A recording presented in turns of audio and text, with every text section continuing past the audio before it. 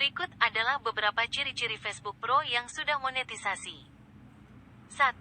Memiliki minimal 10.000 pengikut. 2. Memiliki total menit ditonton sebanyak 600.000 dalam 60 hari terakhir. 3. Memiliki minimal 60.000 menit ditonton dari video langsung dalam 60 hari terakhir.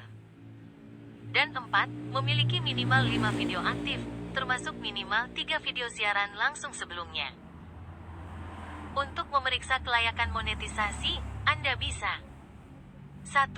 Buka bagian status untuk melihat apakah ada pelanggaran monetisasi. 2. Buka tab masalah kebijakan untuk melihat apakah ada pelanggaran baru-baru ini.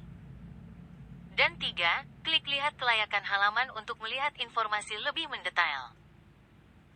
Status monetisasi video akan ditetapkan setelah video diunggah dan ditinjau oleh Facebook. Tinjauan ini biasanya membutuhkan waktu kurang dari 72 jam.